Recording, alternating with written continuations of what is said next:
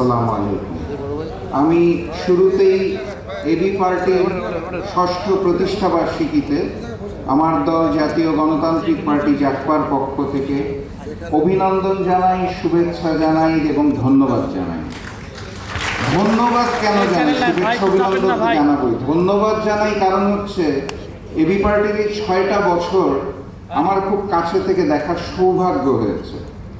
মানে ভীষণ রকম আমি সৌভাগ্যবান মনে করি, কারণ একই অঞ্চলে রাজনৈতিক অফিস এবং কার্যক্রম পরিচালনার জন্য একদম তীক্ষ্ণ দৃষ্টিতে এবি পার্টিকে আমি দেখতে পেরেছি।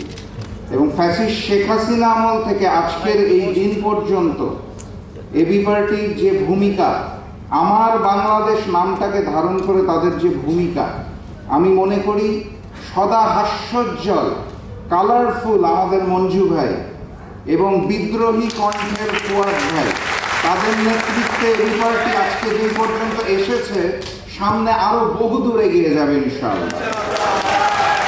এবং আমার কাছে খুব ভালো লাগে এবং খুব আশ্চর্য আমি লক্ষ্য করি, ৬টা বছরের মধ্যে, মাত্র 6টা বছরের মধ্যে এবি পার্টি যত আলোচনার জন্ম নিয়েছে, আমার মনে হয় 50 বছরের দলগুলো এত আলোচনা সৃষ্টি করতে পারে। এবং জন্মলগ্ন থেকে খেয়াল করবেন এবি পার্টিকে নিয়ে এত গল্প।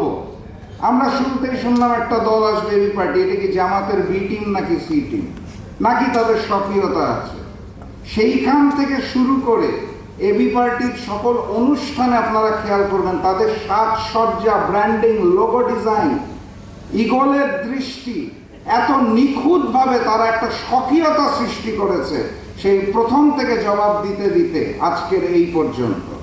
আমি বিশ্বাস করি এবি পার্টি সামনে যে পথ চলা আছে, নতুন বাংলাদেশ গড়ার ক্ষেত্রে, আপনারা স্লোগানটা নিশ্চয়ই দেখেছেন, আমাদের বুকে শহীদি খুনের ঋণ, ক্ষত ধুয়ে মুছে বদলাতে হবে দিন।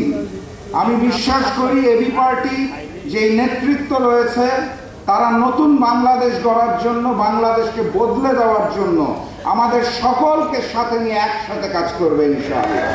এবং আমি গর্বিত এবি পার্টি এই মুহূর্তে আমাদের যে 11 দলীয় ঐক্য, সেই ঐক্যের একটা বড় স্টেক হোল্ডার।